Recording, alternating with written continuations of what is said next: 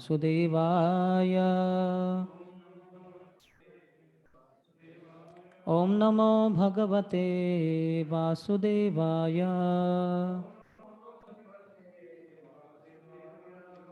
ॐ ज्ञानतिमिरन्धस्य ज्ञानाञ्जनशलाकया चक्षुरोन्मिलितं येन तस्मै श्रीगुरवे नमः।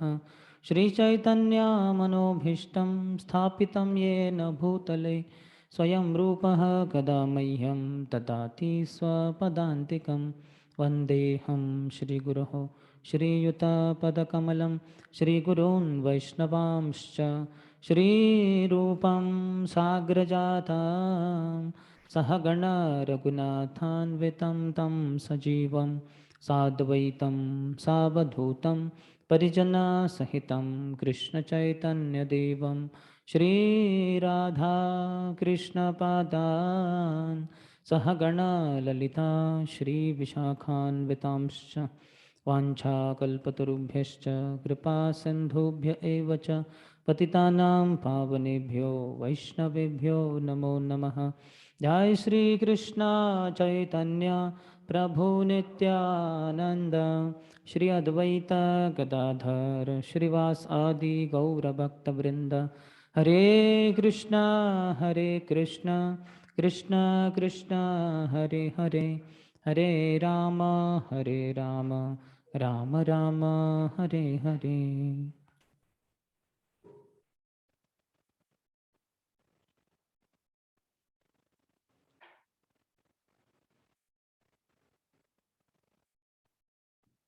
Hare Krishna.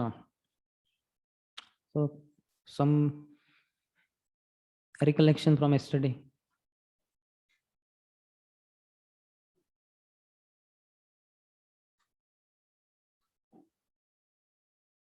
Space, especially the Vaishnava qualities which we have learned, and that's what which I remember.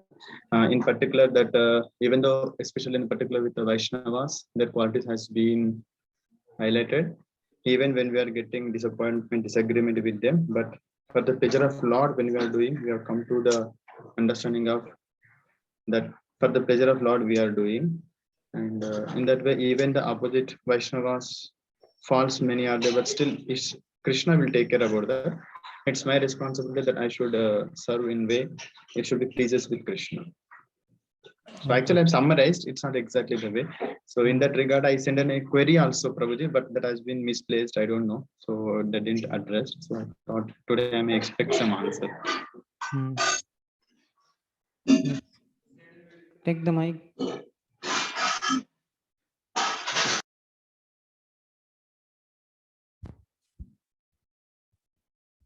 The glories of the holy name. That how even though a person born in a low family with all those, he becomes free from all disqualifications and he becomes qualified to perform sacrifice. Hari Bol. Any other?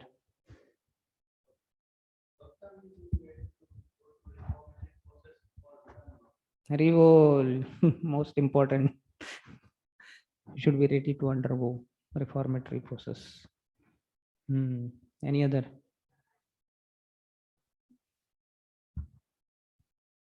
The qualities or qualifications of a disciple and what disqualifies to understand this knowledge what Kapila is giving. Correct. What are they? Some few. Non-enviousness and enviousness. Non-enviousness and? Because of envy, he is not able to understand this disqualification. The counterpart is non-enviousness. Should have faith. Faith, yeah. Yes. Any other?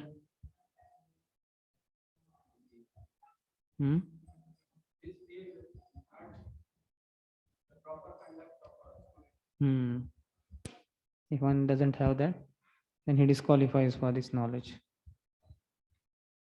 Any other?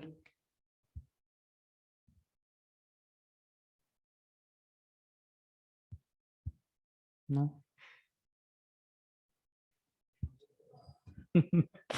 Okay. तो मैं देख के शुरू करता हूँ आगे. Yes. You have something?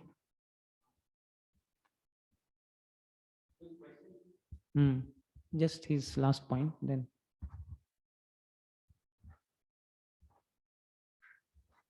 Hare Krishna. Dev is telling that Lord Brahma, who came from Lord Vishnu, and although Lord Brahma is coming from Lord Vishnu, but still that Lord Kapila is coming from the womb of Devahuti. She is praying. That is astonishing. Uh, Yes. We also discussed about Vatapatrashai Krishna. Okay. Your question.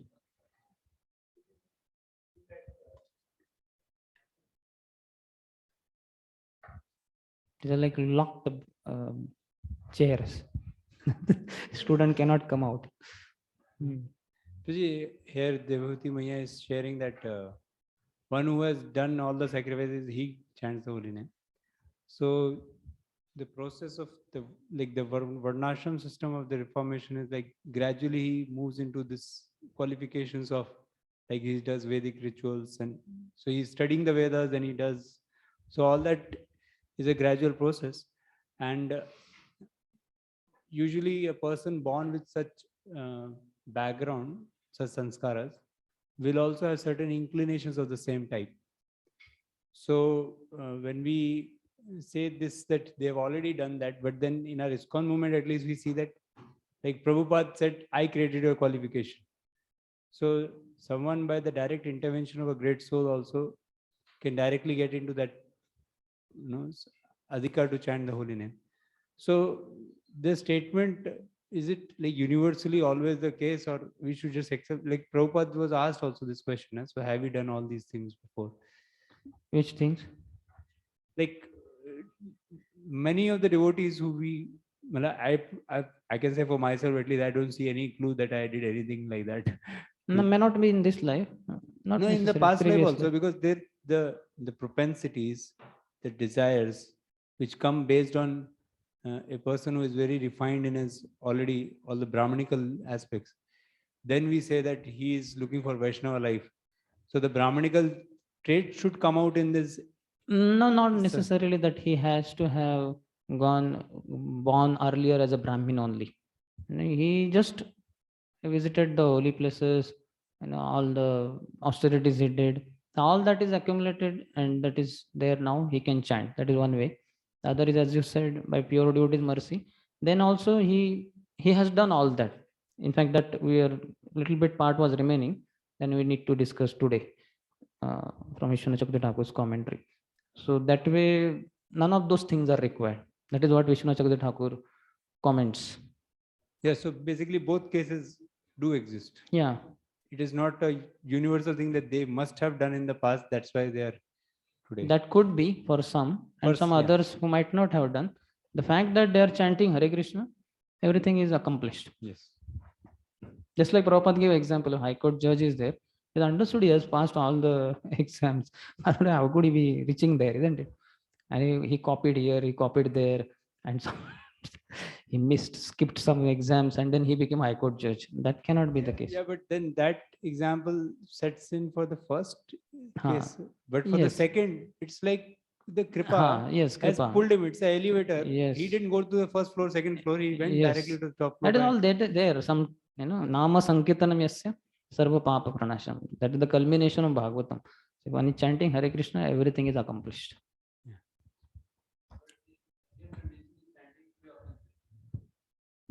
Yeah, then he becomes qualified for doing those. In fact, he becomes Diksha Guru also.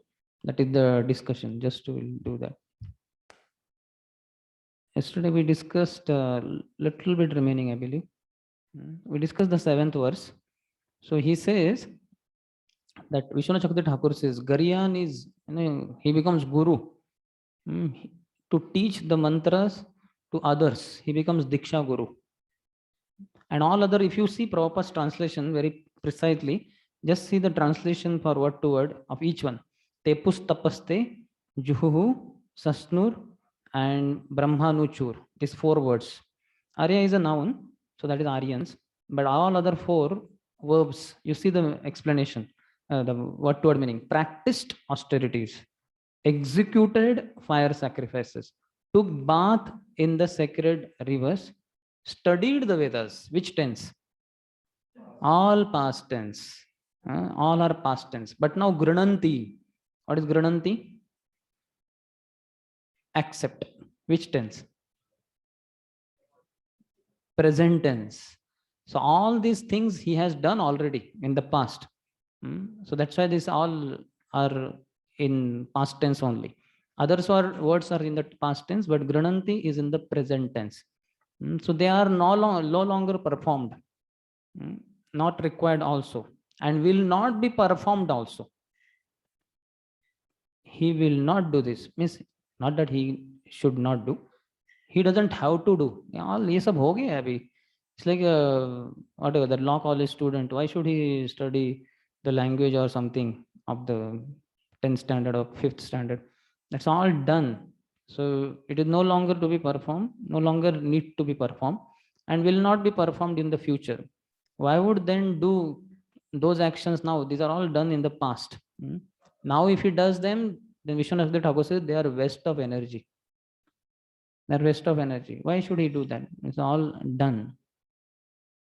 So you can see that 5:1:35. You can show, bro. 5:1:35.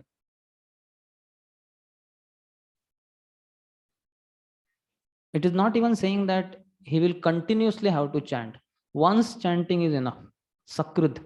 That 5:1:35 reveals that only. This is 5:1:35. नैवं विदः पुरुषकार उरुक्रमस्य पुंसां तदंग्रि रजसा जिच्छडगुणानां चित्रं विदुर विगतः सकृद आदादित यन्नाम ध्येयमधुना स जहाति बंधम. Read the translation.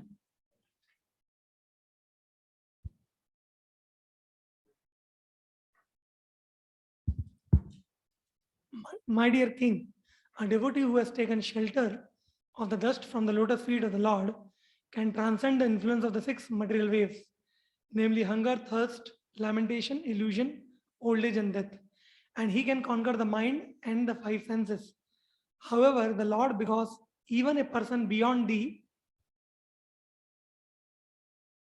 jurisdiction of the four castes, in other words, an untouchable, is immediately relieved of bondage to material existence if he utters the holy name of the Lord even once. Immediately relieved of bondage of material existence. So this is the power of even once chanting.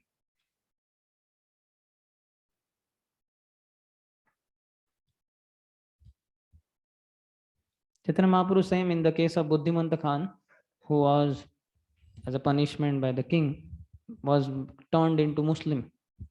And everybody, other Brahmanas were telling, oh, you drink hot ghee, this and that.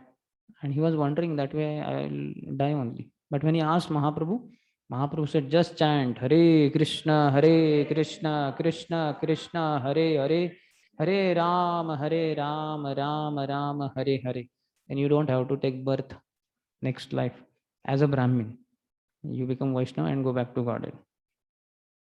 So once chanting is enough. Jiva Goswami says it was said that the person is immediately qualified for sacrifices. That is nothing. For by chanting the name, all austerities, etc. are included, because the chanter of the name is greater than persons performing austerity and other things. So he's far greater.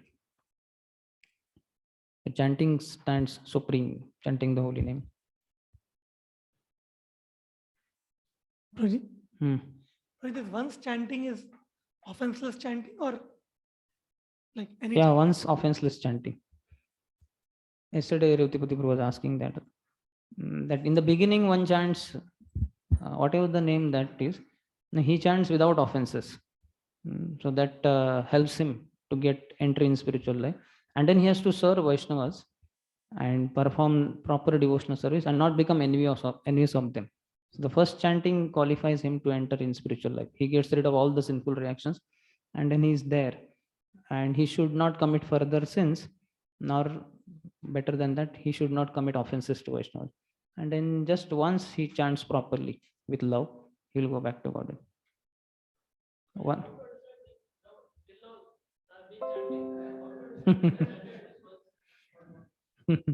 You ask how many devotees you love, Is there somebody out of your heart? And why is he out of your heart? That means, is there some hatred towards somebody? Somebody whom you would not like to serve? So if that is the case, then we have some homework remaining. Like that.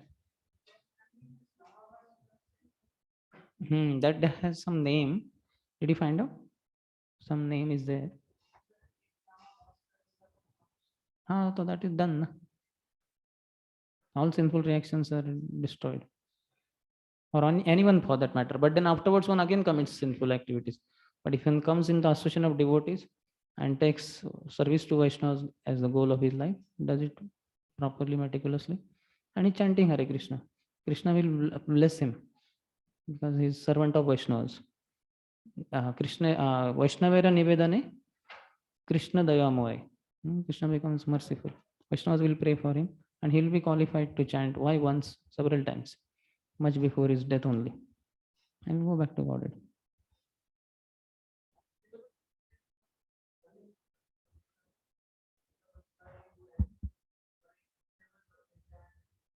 All levels one can chant. Namabhas. Generally, by what you call that, the system is thus, and generally Madhyamadikari will chant Namabhas, because it is a conscientious endeavor to avoid offenses, which a Kanishtadikara is not so clear also about offenses. He just on and off he may commit offenses. Whereas a Madhyamadikari understands, I have been offensive, I have to be careful. Otherwise, I cannot get test in chanting, I cannot perform devotional service properly. So he endeavors, and then he's chanting in Namabhas. And then by Krishna's grace, he'll become pure devotee. A lot of questions on chanting, but all are chanting. Yes. When a person newly starts chanting, that is said to be Namabhas? But some name is there. I don't know the name. That is Namabhas. Sanketyam parihasyam vastobam helanam Vaikunta namagrahanam asheshagam haram vidu vibhu. I'm not remembering the names. Yes, I don't remember technically. But that is one type of Namabhas. There are many other, all those types. In Jaiva Dharma, quite some of them are explained. In Bhav, this ecstasy also, what do you call? Some word is there. Like the actors, they act. Like that also somebody imitates, not necessarily a Sahajiya. He may not even know what is a Sahajiya. But tears come in the eyes of a person when he sees the devotees and dancing, and he's like, so that is also one, some kind of Namabhas chanting. Several types are given, many more. I don't remember now. All of them are given there in Jaiva Dharma. Every type of Namabhas chanting leads to destruction of all sinful reactions will be destroyed for sure. And then as it comes to devotional service and serves Vaishnavas, that is the real test. How much he is desirous of having Krishna. Because Krishna loves his devotees. So he should love devotees. He should not hate them. He should not be averse to devotees. Then he commits Vaishnava aparadh, then he commits blunders.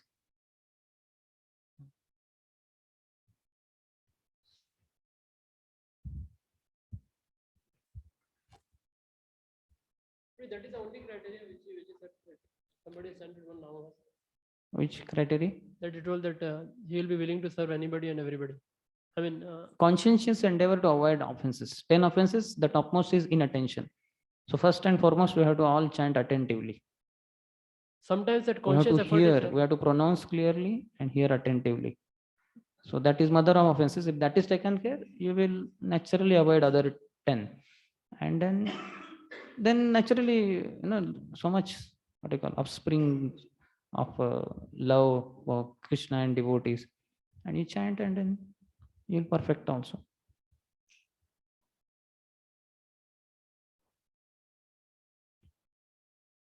So next is 8th one. Talks about respects to various forms of the Lord. Tam twaham, tam twamam, tvam aham brahma param pumamsam. Pratyakshrotasyatmani samvibhavyam. स्वतेजसा ध्वस्तगुणप्रवाहं वन्दे विष्णुं कपिलं वेदगर्भम्.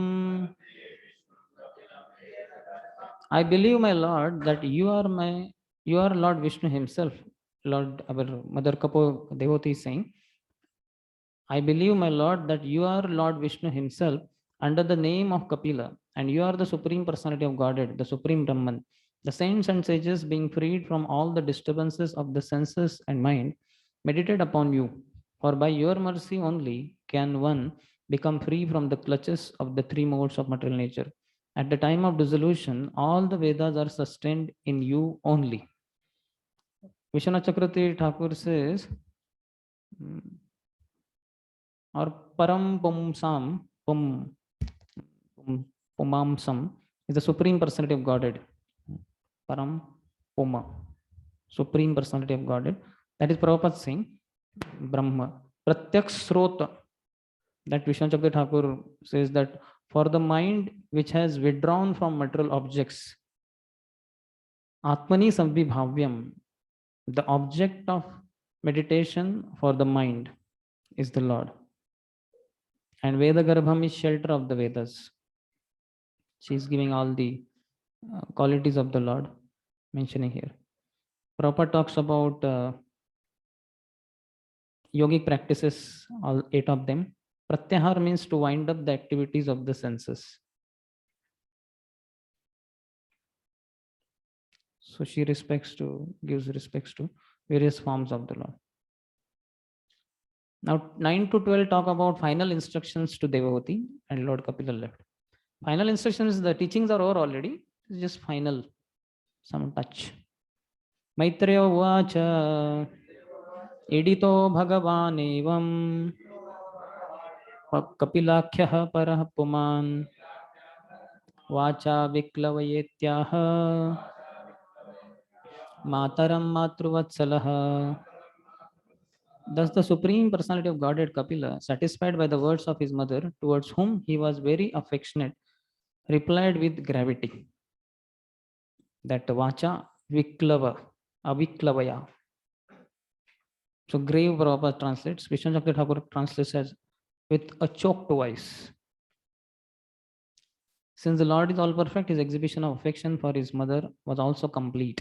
After hearing the words of his mother, he most respectfully, with due gravity and good manners, replied, Kapila uvacha margena nena mataste susevve name astitena param kashtham achirad avarotsati. The personality of Godhead said, My dear mother, the path of self-realization, anena margena, which I have already instructed to you, is very easy. You can execute this system without difficulty, and by following it, you shall very soon be liberated, even within your present body. Param Kashtam Achirad. Avarotsasi, you will attain.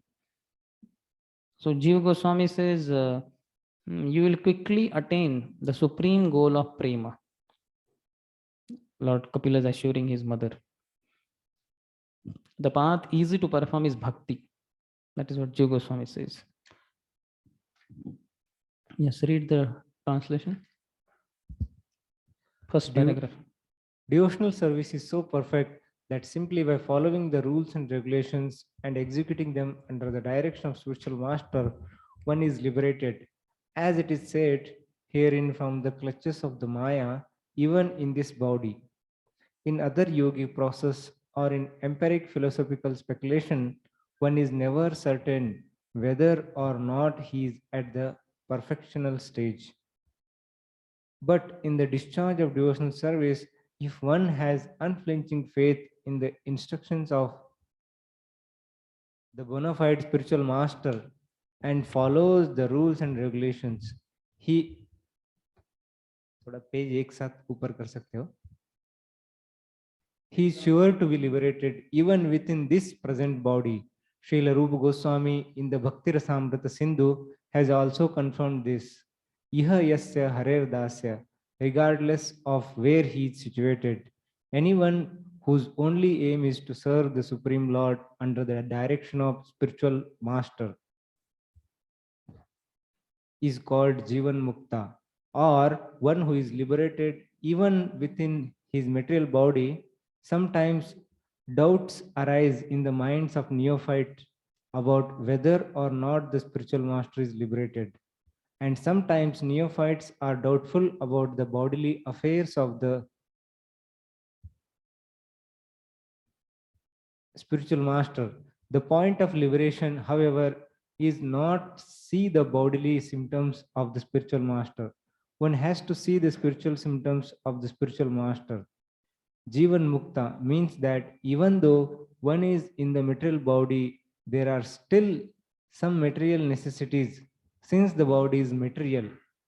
Because one is fully situated in the service of Lord, he should be understood to be liberated. So Prabhupada stress is on working under the guidance direction of spiritual master, and one should not doubt spiritual master, especially the bodily activities may be sometimes confusing to the disciple, Opu.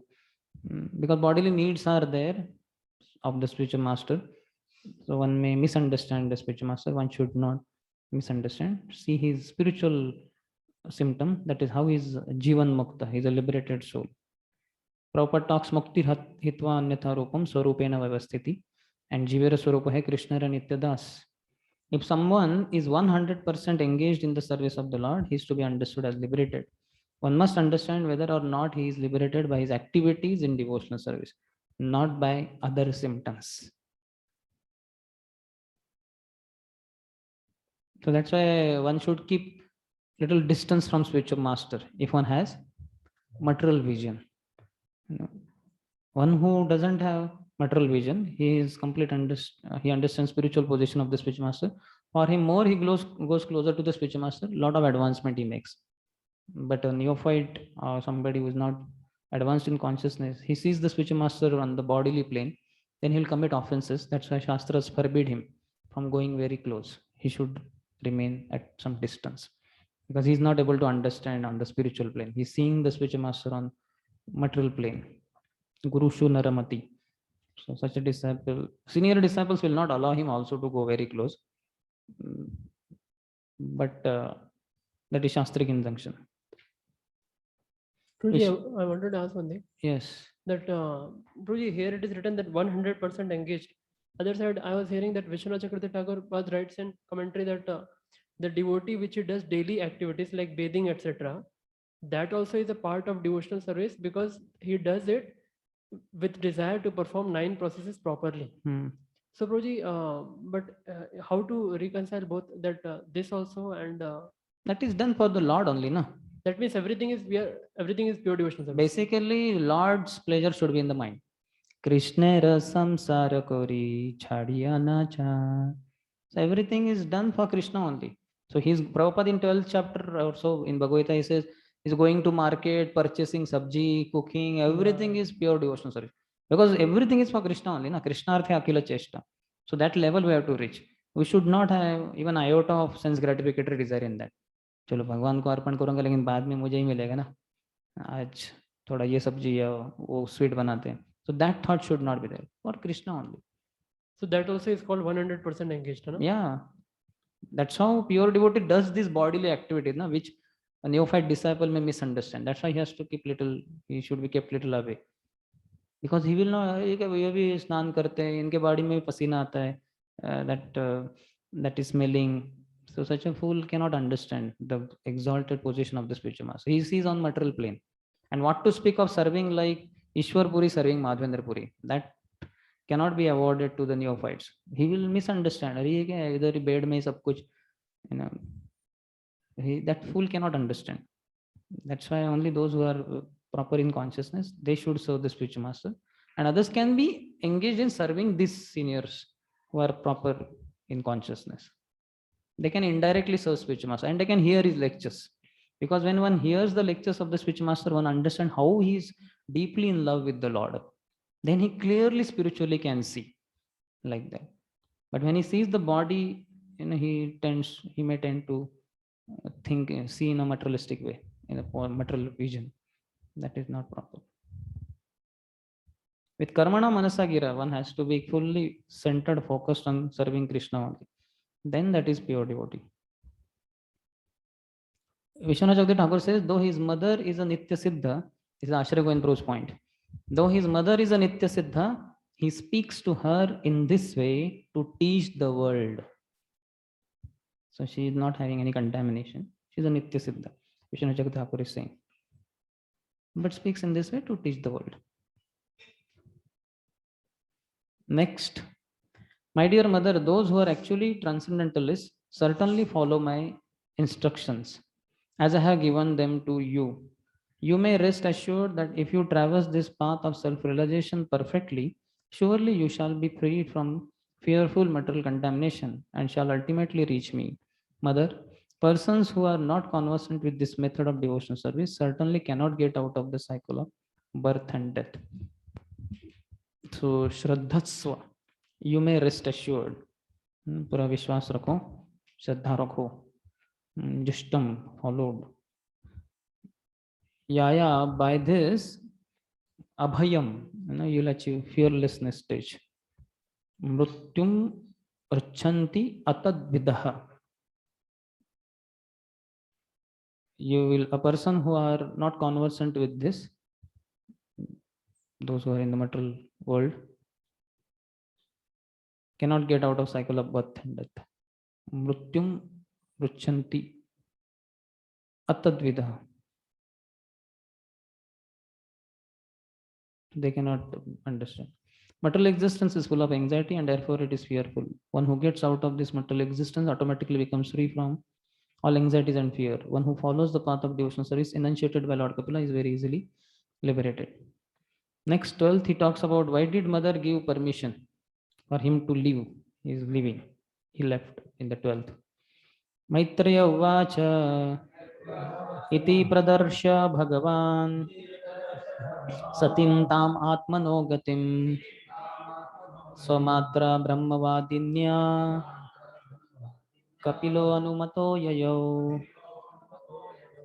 Shri Maitreya said, the Supreme Personality of Godhead, Kapila, after instructing his beloved mother, took permission from her and left his home, his mission having been fulfilled.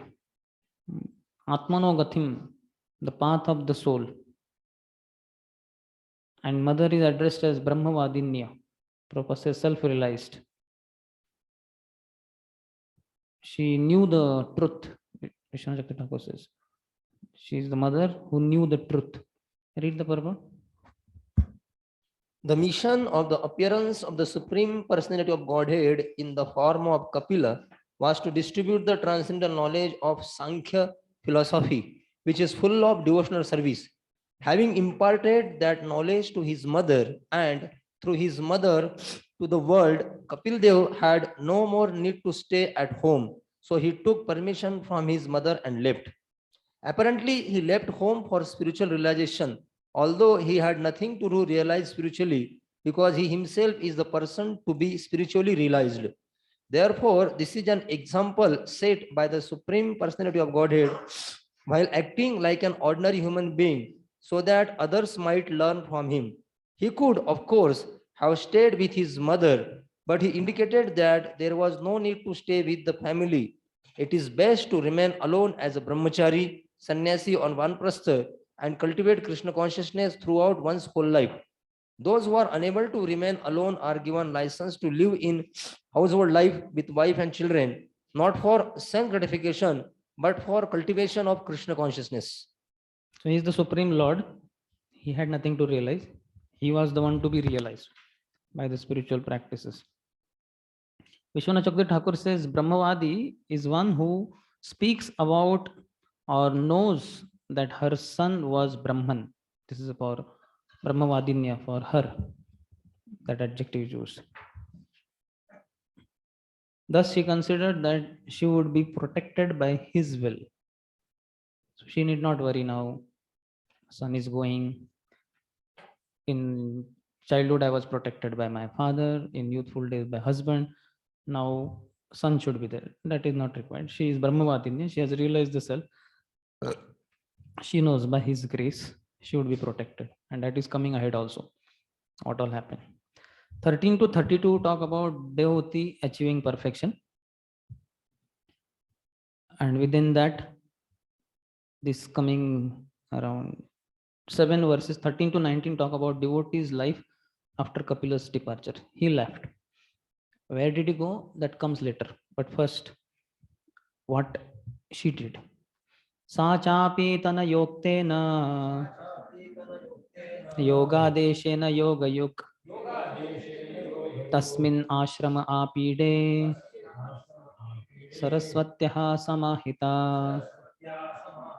As instructed by her son, Devavati also began to practice Bhakti Yoga in that ashram. She practiced Samadhi in the house of Kardam Muni, which was so beautifully decorated with flowers that it was considered the flower crown of the river Saraswati. Prabhupada in purport towards the end says, she could also have left home, but she did not. Rather, she remained at home and began to practice Bhakti Yoga as it was instructed by her great son Kapil Muni. And because of her practice of Bhakti Yoga, the entire home became just like a flower crown on the river Saraswati.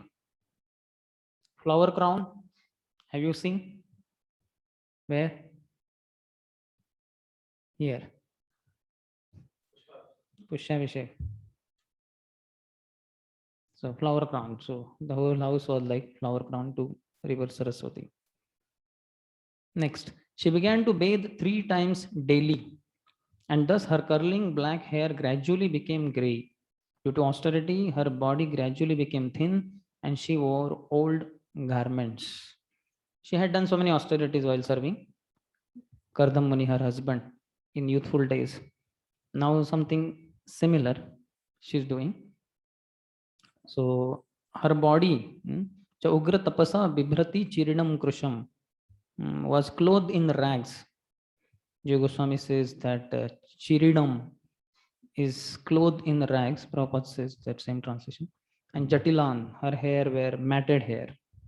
She was bathing 3 times a day. Read the Prabhupada. It is the practice of the yogi, brahmachari, vanaprastha, and sannyasi to bathe at least 3 times daily, early in the morning, during noontime, and in the evening. How many of you take 3 baths daily? How many take? 2? No, whatever that you know, that we know, we all know what is the reason we take bath. So that is not within our hands. So we will not worry so much about morning. Even we are not such a perfectionist. Our body is not perfect. Anytime anything happens, so we have to take bath. But the point is, at least, means it is said here. See, Prabhupada is saying, it is the practice. It is the practice. Not recommendation, it is the practice. Brahmachari Vanaprastha Sannyasi to bathe 3 times daily. So at least, my God, that means 4 times also. Like those who are pujaris, but then also at least 2-3 offerings per day, then they may take bath. Like that. Read. Huh? Ideally, you take bath and then you do sandhya. That is ideal. That is ideal, but because as I said, the reason for our bathing is something else. So we'll not bother about that much. But also it's like, you perspire after a few hours, so then you should get refreshed by taking bath. Ideal. That we'll not get into now. These principles are strictly followed even by some grihasthas, especially brahmanas, who are elevated in spiritual consciousness. Devhuti was a king's daughter and almost a king's wife also. Why Kardam Muni is considered king? Yeah, which was envied even by others, demigods also. Yes. Although Kardam Muni was not a king, by his yogic mystic power, he accommodated Devhuti very comfortably in a nice palace with maid servants and all opulence. But since she had learned austerity even in the presence of her husband, there was no difficulty for her to be austere. Still, because her body underwent severe austerity after the departure of her husband and son, she became thin. To be too fat is not very good for a spiritually advanced life. अरे वो प्रभुपाद ने bomb डाल दिया. Rather, one should reduce, because if one becomes fat, it is an impediment to progress in spiritual understanding. One should be careful not to eat too much, sleep too much, or remain in a comfortable position. Voluntarily accepting some penances and difficulties, one should take less food and less sleep. These are the procedures for practicing any kind of yoga, whether bhakti yoga, jnana yoga, or hatha yoga. So why becoming fat is not so much recommended? Huh? More prasad, more sleeping. Yes. And also the understanding, we can take book and then we'll fall in the book, the head in the book, literally. So that should not happen. So too much yukta hara viharasya is the principle. And Bhaktihan Thakur would be quite heavy. When he would see any brahmachari or sannyasi becoming fat, he would be very angry. He would chastise him there only. And also he sent a circular to all Gaudiya Mats that all the seniors should serve prasadam. And at the end of serving everyone, then they should take prasad. Strict circular to all the Gaudiya Mats. Yes.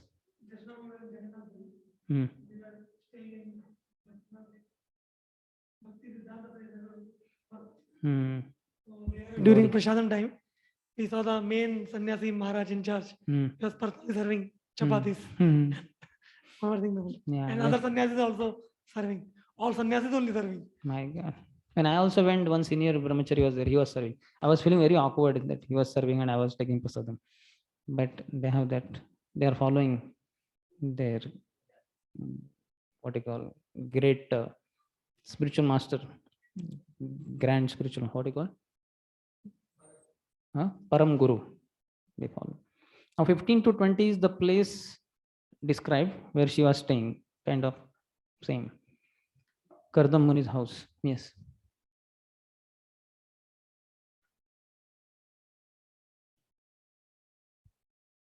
Becoming fat. It's becoming fat. It may be because of so many other reasons also. So sometimes it may be vata or pitta. I don't know. But if they serve prasadam, vat, pitta, everything will be balanced. Especially Guru has blessed. Na?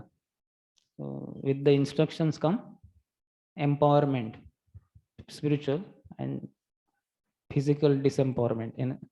That means it will become of appropriate size. So if somebody is because of vata, his body is fat. He can tell the spiritual master, this is what I did, everything, but this is how the body is. And spiritual master may say, go on.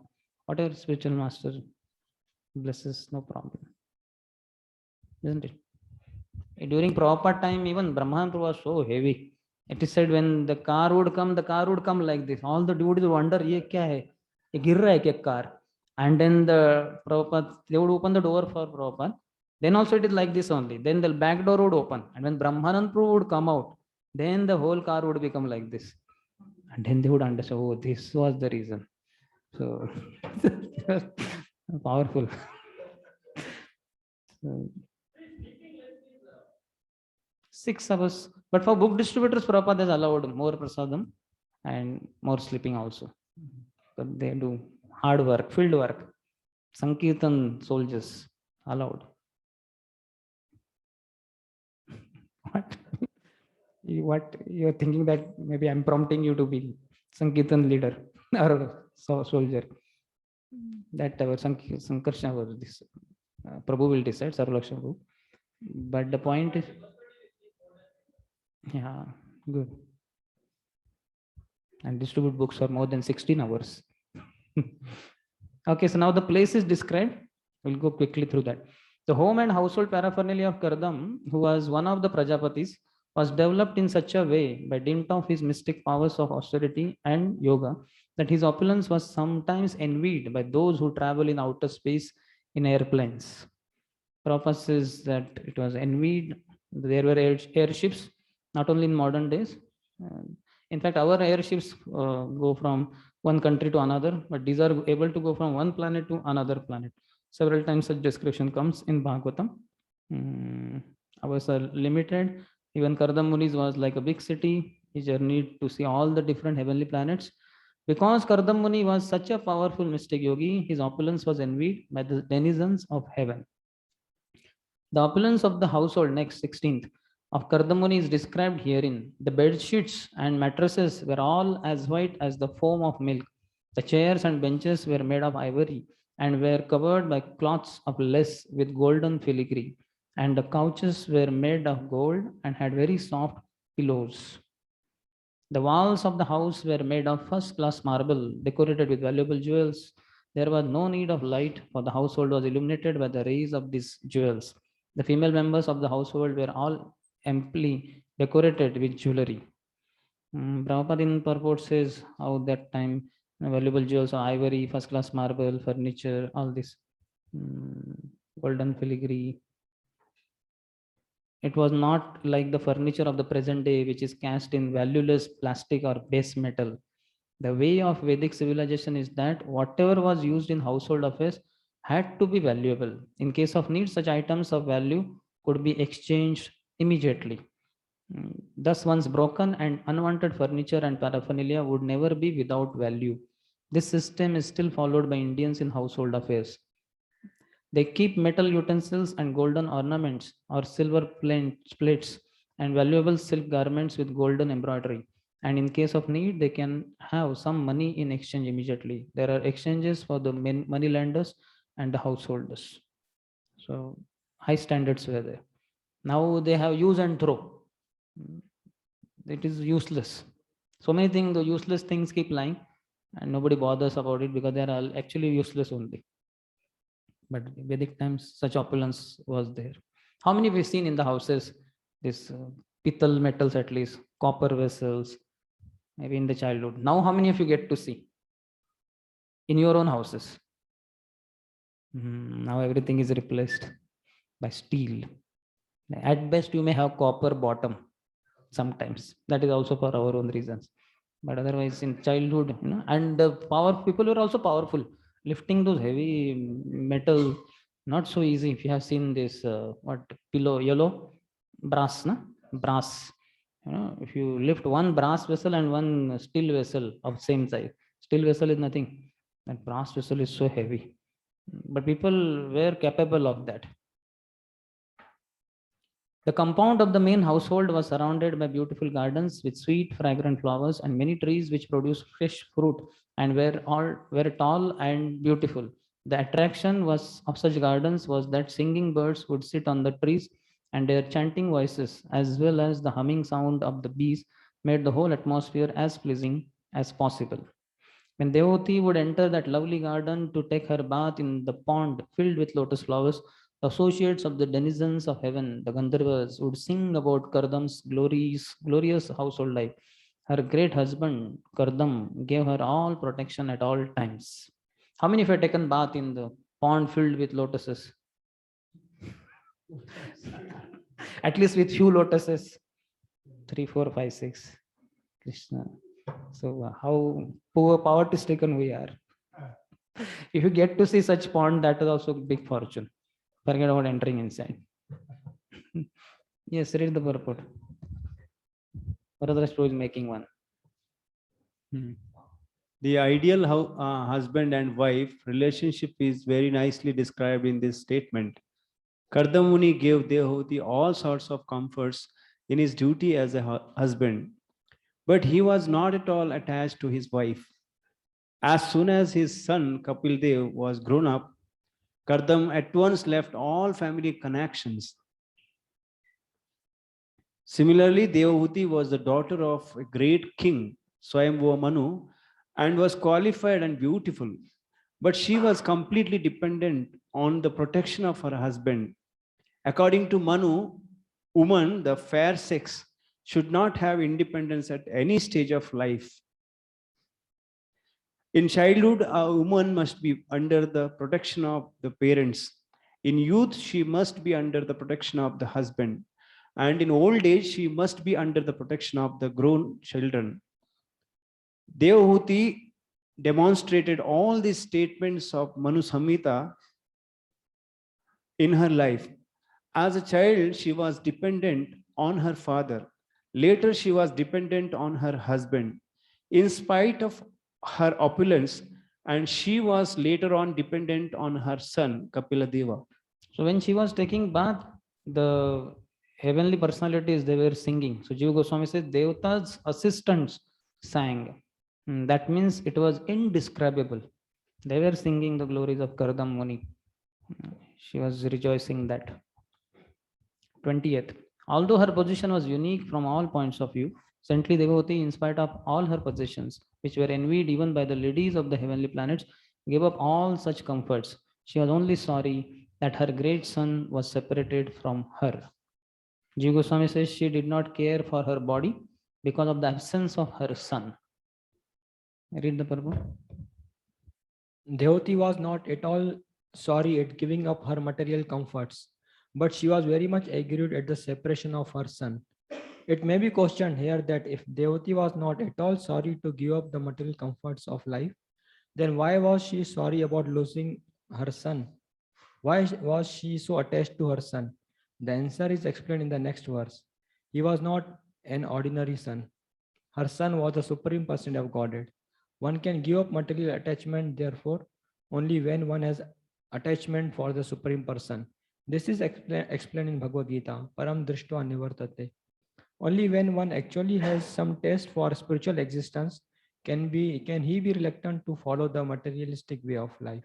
So in our life, we should see this. Are we attached to a devotee or the resources the devotee provides to us?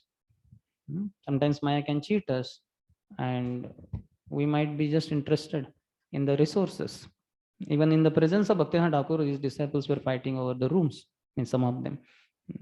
So, in fact, Bhaktivinoda Thakur, sometimes it is said, when Krishna Shupa was telling, that he said that I am leaving this place early, giving up this body early, because I am fed up with the neophyte disciples. So, such kind of disciples were fighting for the rooms. So one should not be attached to the facilities one gets through a devotee. One should be attached to him, because he gives Krishna. So whether we are hankering for Krishna or we are hankering for Krishnetar things, that's what we have to ask ourselves. She is not after all this comfort. She is feeling sorry that she lost her son, who is Krishna himself, Supreme Lord. 21st talks about the great depression caused by parental love, Vatsalya, for the Lord.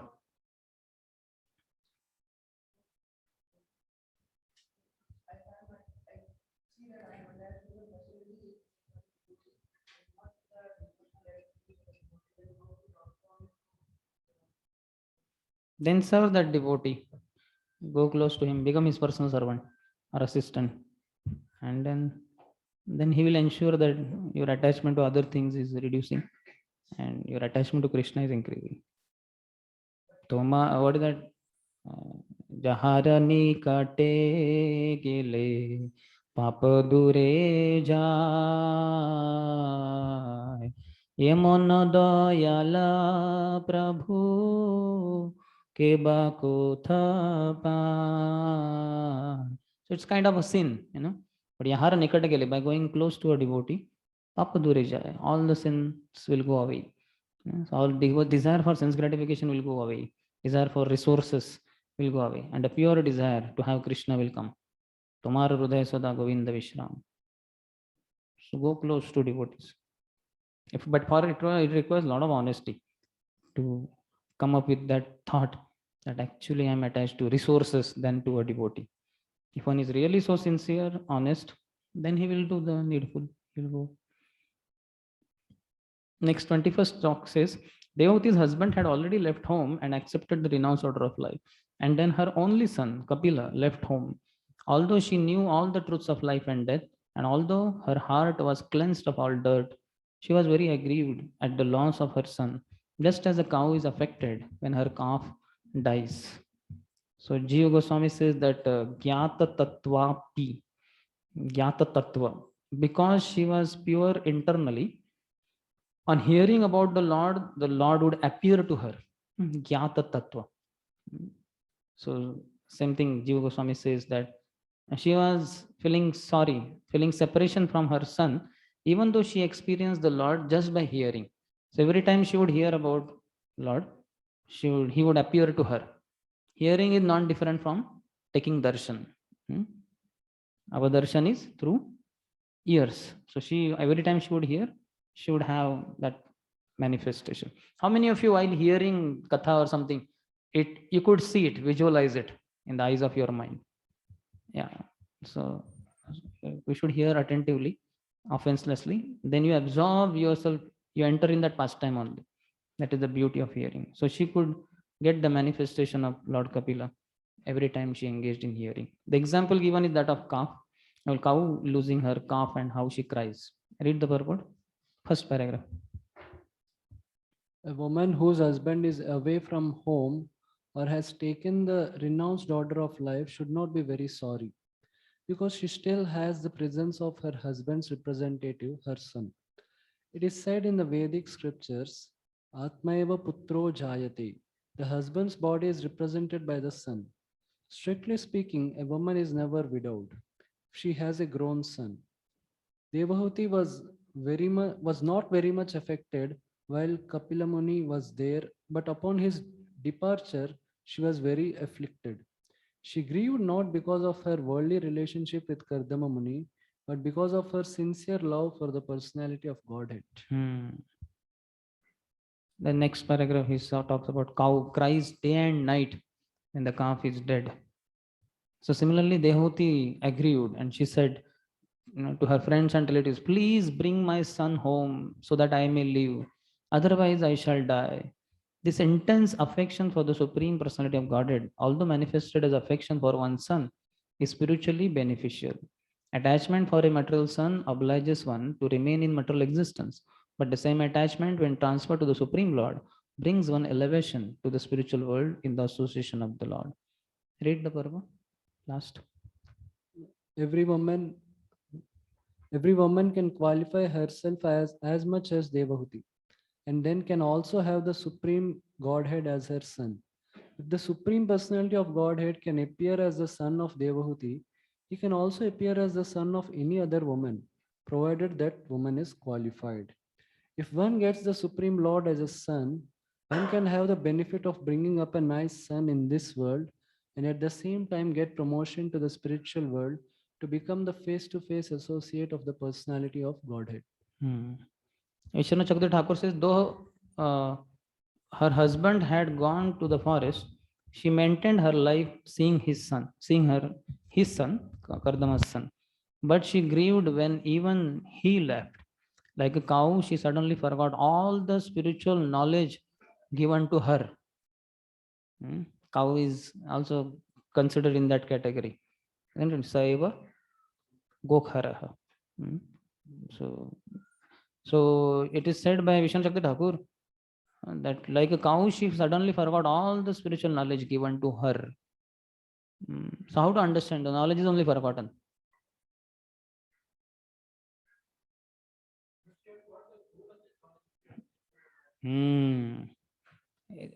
His Grace Kamal Lochan was saying that in his college days when he went to Mayapur once and Bhagavatam class by His Holiness Bhanu Maharaj, I think. At the end, he asked any question and Prabhu asked, so what is he was new somewhat it seems. So what is the ultimate philosophy of this Gaudiya Vaishnava Sampradaya? And what did Maharaj answer? No philosophy in his sense, only emotions, sentiments, crying. So all our classes are there, we learn philosophy, but ultimately it should convert into emotions. Otherwise there could be commotion. So we should develop this nice feelings like that. Kabe navadvipe suradhuni tate gaura nityananda boli nishkapate nachiya gaiya bedai bochote बातुलेर प्राय छड़िया विचारा कबे हमें बोलो से दीनामा. So emotions should come like that. Means spiritual emotions, obviously. Otherwise, our emotions only why prasadam department is not giving proper prasadam. Back to square one. So that we should little bit transcend, and that should happen. So no problem if she apparently whatever forgot the knowledge given to her by her son. Okay, so we'll take a break for 5 minutes, then we'll continue. Hare Krishna.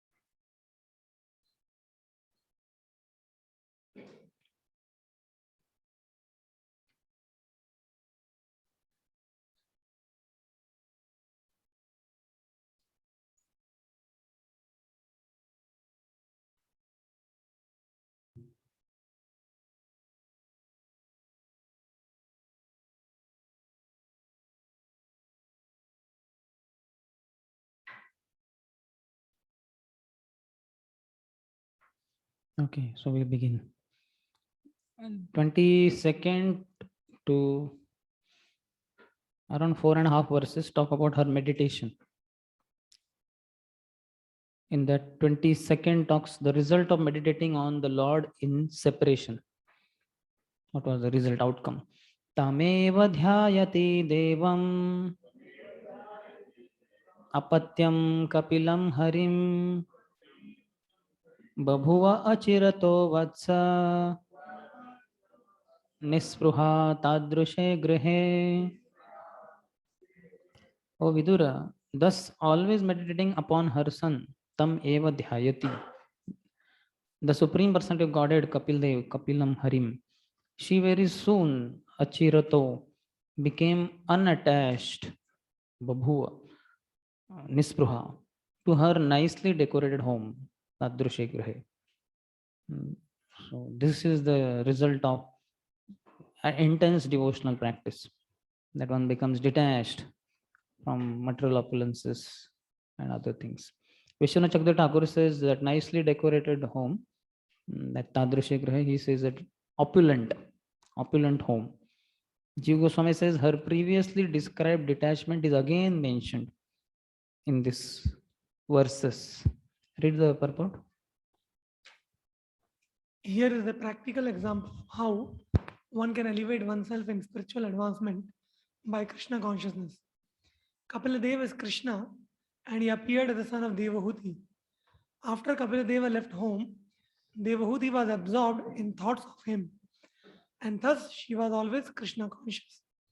Her constant situation in Krishna consciousness enabled her to be detached from hearth and home. So we should also take a little closer look to ourselves. Am I becoming more attached to things of this world? Even for that matter, facilities in the ashram.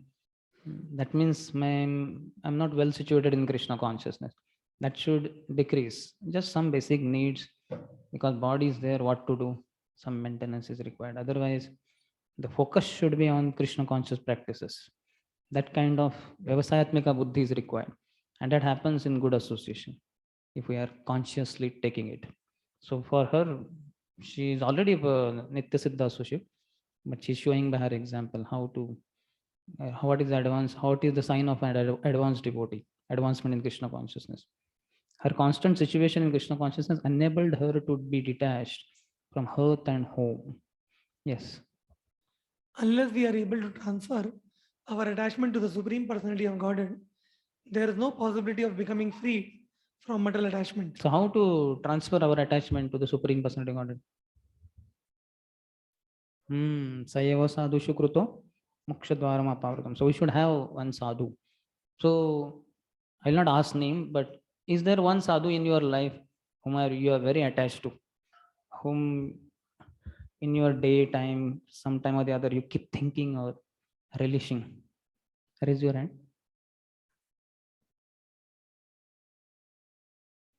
Huh? Every day, obviously. I'm not asking hundreds of sadhus, one, at least one. Yeah. So others can also, maybe this kind of question they might not have heard earlier, but we should have, each one of us should have one sadhu. Huh? No, that general answer is not expected. Only one. Maybe 2, 3 may be there, but among them one maybe, whom you are very attached, you remember every now and then, you cherish his instructions or association, and you look forward for his association in case he's not around, and you love, and you get such a, just like a boy in love with a girl, how he will feel soothing feeling when he remembers her. Means he will remember quite often, but whenever, like that, like that kind of, you have to lose your heart. Otherwise, the heart will be craving for material things as well as subtly puja la pratishtha, profit, adoration, distinction. So that is the way to get out of all these Maya's gross and subtle attacks, by having attachment to a sadhu. Yes. The Srimad Bhagavatam therefore confirms that it is not possible for one to become liberated by cultivation of empiric philosophical speculation. Simply, That page down button is not there. function page down, something will be there. No? Just in one stroke, it will go up. थोड़ा ऊपर जाओ.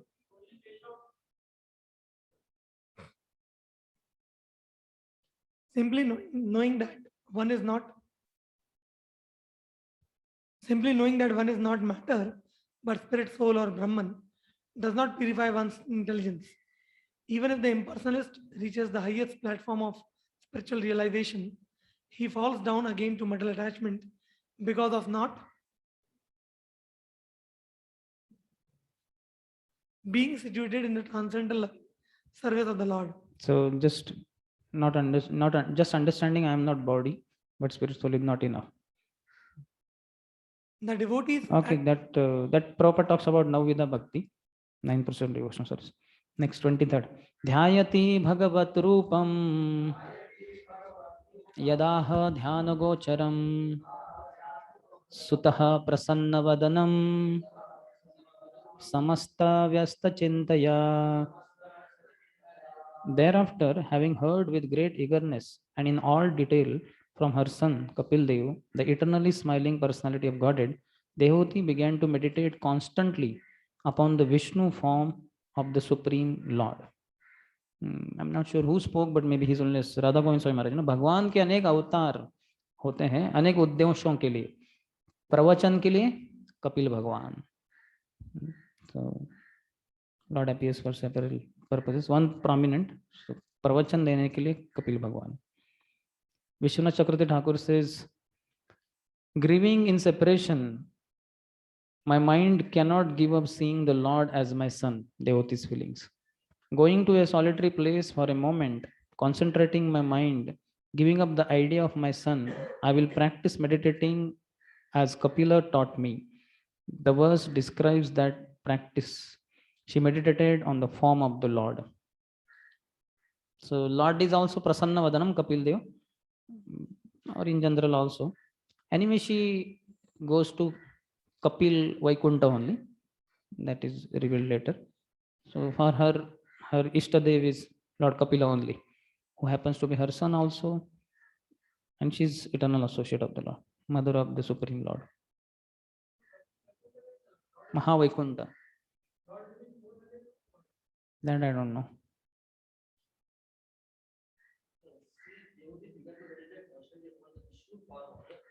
So that's what. So that depends. That's also. But she, from the conclusion, we can understand this way also. 24 to 32 talk about her achievement. Kind of practice was told. Now achievement. 24, 25 are together.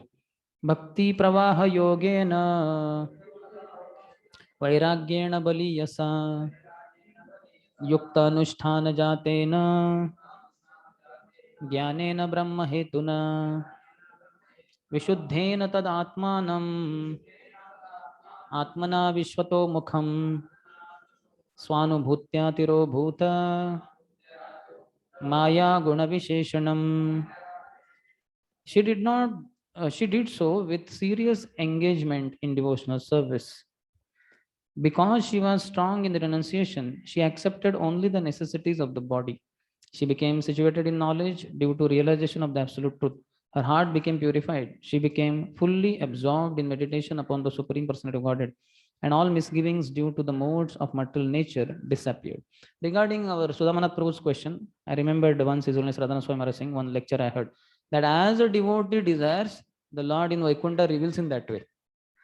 So Lord may be whatever you call morphologically, whatever the 400, 200. But every devotee there, as per his mood, he finds the Lord that way. Like that. If somebody is fond of Matsya in the form of fish only, so his devotee in Mahavaikuntha will find him in the form of fish. But somebody wants him in 200, 400 form, he will appear 400. But whatever.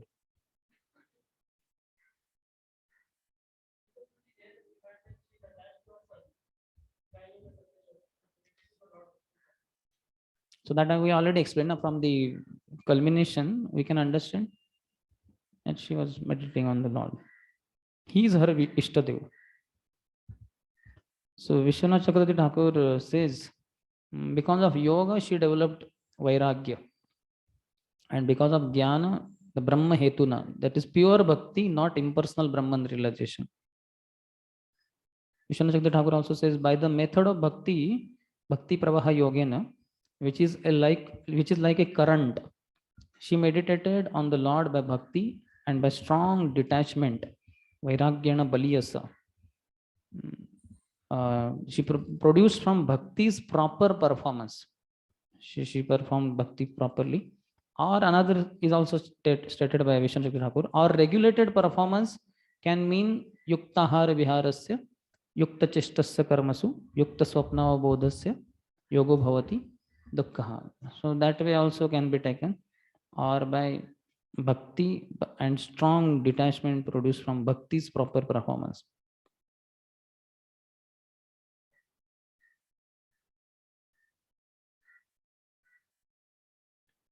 You could, we all can see this bhakti pravaha yogena. Pravaha is as a type of bhakti. What is it? Is mentioned in 3, 29, 11 and 12.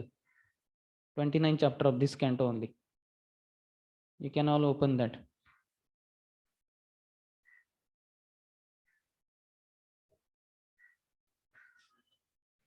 Madguna shruti matrena mayi sarvaguhashaye मनोगतिरव अविच्छिन्ना यथा गंगांब सोम्बुधौ लक्षणं भक्ति योगस्य निर्गुणस्य हि उदावृतम् अहेतुकी अव्यवहिता या भक्ति पुरुषोत्तमे. Translation is, the manifestation of unadulterated devotional service is exhibited when one's mind is at once attracted to hearing the transcendental name and qualities of the Supreme Personality of Godhead, who is residing in everyone's heart. Just as the water of the Ganges flows naturally down towards the ocean, such devotional ecstasy, uninterrupted by any material condition, flows towards the Supreme Lord. So, Mad Bhakti, Mad Guna Shruti Matrena. So, we should take a lot of pleasure in hearing. This is our end, culmination, intense attachment, and that develops through hearing, and ultimately we will be hearing about the Lord. How many of us will be hearing about the Lord in the spiritual world? So, that's what. So end and means are the same. So we should take a lot of pleasure in hearing. Next, 26. Brahmani avasthitam matir bhagavatyaatma shamshraye nivritta jivapattitvat kshunakleshapta nivrittihi. Her mind became completely engaged in the Supreme Lord, Brahmani avasthita. And she automatically realized the knowledge of the impersonal Brahman. As a Brahman realized soul, she was freed from the designations of the materialistic concept of life, Nivritta Jiva Apattitvad. Thus, all material pangs disappeared, and she attained transcendental bliss. Kshina Klesha Apta Nivrittihi. So this is explained in different ways. Bacharyas. Atma Samshraye is referring to Paramatma in Paramatma. That is the shelter of the jivas. Bhagavati is in Bhagwan. And Brahmani Avasthita is her mind then became fixed in Brahman. So Brahman, Bhagwan, and in Paramatma. Her mind became fixed in all. Basically became fixed in Bhagwan, who includes all the other two also. Brahmani Avasthita is also the goals of the Gyanis, devotee. So all these three in first line only, what we see. Brahmani Avasthita, Matir Bhagavati, Atma Samshraye. So the goals of the Gyani, devotee and yogi are listed in order. First is Gyani's goal, Brahmani. Then devotee's goal, Bhagavati, Bhagwan, in Bhagwan. And yogi's Atma Samshraye, Paramatma. Jiva Goswami talks about Nivritta Jiva Apattitvat, as she felt bliss with the destruction of the covering of the subtle body. The subtle body got destroyed. Yes, purport you can read second paragraph. Second, third, fourth. In Bhagavad Gita, it is said, Brahma Bhuta Prasannatma. This means that Unless one is freed from the material entanglement and situated in Brahman, there is no question of entering into understanding of devotional service or engaging in Krishna consciousness. One who is engaged in devotional service to Krishna is understood to be already realized in the Brahman concept of life, because transcendental knowledge of the Supreme Personality of Godhead includes knowledge of Brahman. This is confirmed in Bhagavad Gita, Brahmano hi pratishtaham. The concept of the concept of the personality of Godhead does not depend on Brahman. The Vishnu Purana also confirms that one who has taken shelter of all auspicious Supreme Lord is already situated in the understanding of Brahman.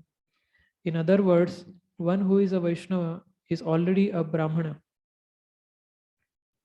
Another significant point of this verse is that one has to observe the prescribed rules and regulations as confirmed in Bhagavad Gita, Yuktahara Viharasya.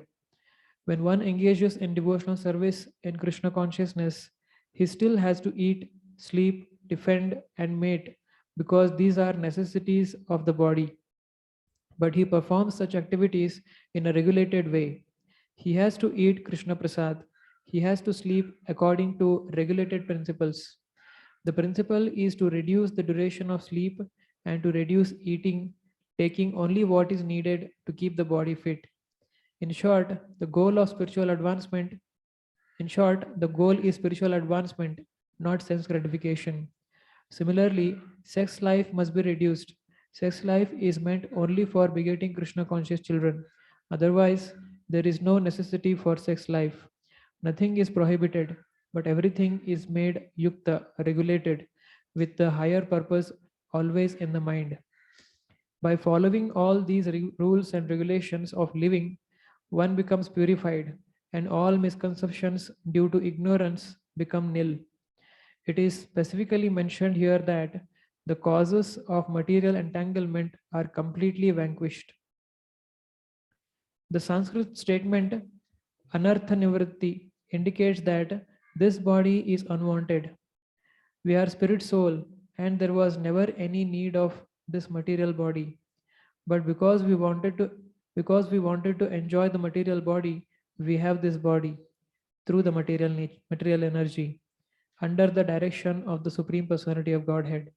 As soon as we are re-established in our original position of servitorship to the Supreme Lord, we begin to forget the necessities of the body, and at last we forget the body. Heard the point? Last point. As soon as we are re-established in our original position of servitorship to the Supreme Lord, we begin to forget the necessities of the body, and at last forget the body only. So when that day would be? So first we can work upon the necessities of the body.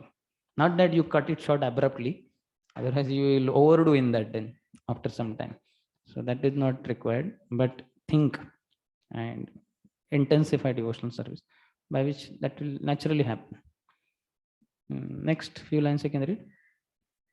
Sometimes in a dream, we get a particular type of body with which to work in the dream.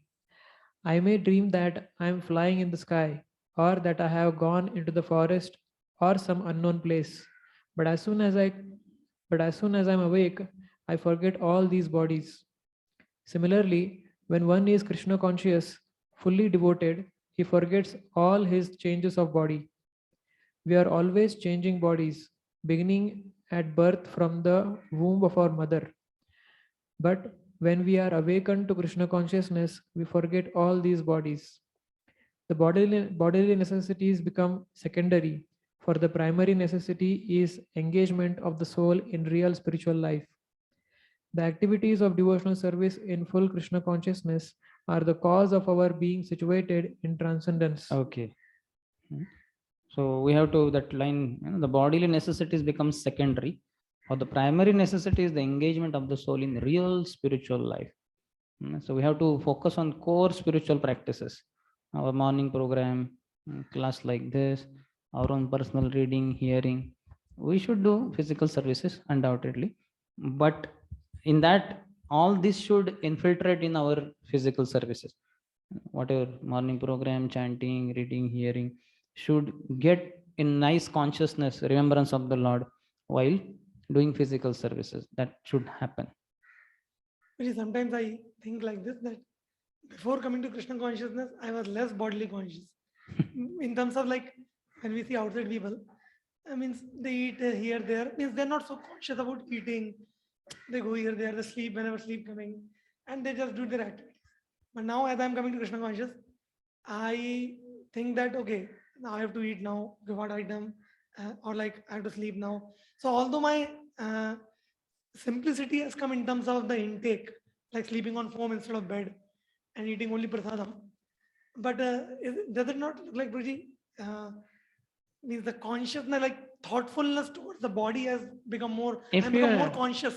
if it is for service of the Lord, you have some particular bodily needs so that you could serve properly, that is okay. But it should not be with the sense gratificatory thought that, chalo, aaj feast hai, chalo, aaj bahut maze ka din hai. So that kind of attitude is improper. Otherwise, just what is required to keep body and soul together, to keep body fit, to be able to practice properly, then it's not a problem. We have to check the motives, our attitude. Why you do what you do, what we conduct in Sankalpa camp. Many times in the voices I tell. So that is okay for them, why we do this arti and this and that. But we should ask ourselves only, why am I doing what am I doing? Just like, why am I giving this class? Because I'm told to give. That is my submission, my surrender to the Guru Parampara. Not that I give this class to tell everyone how what a great soul I am and how proficient in knowledge. Not that. Not no ulterior motive. Pure motives of service, servant, being a servant. So like that, you take care of your body also, whether eating, sleeping, or whatever else. Just as one is supposed to do, that way. So very internally, one has to be completely detached, and externally, one he does as he's obligated to, like that.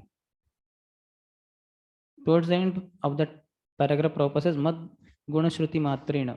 One who is fully Krishna conscious, situated in the personality of Godhead, is immediately saturated with love of God as soon as he hears about the transcendental qualities of the Lord. Next paragraph you can read. Maybe next. Devahuti was fully instructed by her son Kapil Dev on how to concentrate her mind on the Vishnu from form in full detail. Following the instructions of her son in the matter of devotional service, she contemplated the form of the Lord within herself with a great devotional love. That is the perfection of Brahman realization, or the mystic yoga system, or the devotional service. At the ultimate issue, when one is fully absorbed in the thoughts of the Supreme Lord and meditates on Him constantly, that is the highest perfection. Bhagavad Gita confirms that one who is always absorbed in such a way is to be considered the topmost yogi. The real purpose of all process of transcendental realization, Jnana Yoga, Dhyana Yoga, or Bhakti Yoga, is to arrive at the point of devotional service. If one endeavors simply to achieve knowledge of the absolute truth or the super soul, but has no devotional service, he labors without gaining the real result. This is compared to beating the husk of the wheat after the grains have already been removed. Unless one understands the Supreme Personality of Godhead to be the ultimate goal, it is valueless simply to speculate or perform mystic yoga practice. In the Ashtanga Yoga system, the seventh stage of perfection in Dhyana. This Dhyana is the third stage of devotional service. So it's a very nice point. Just see.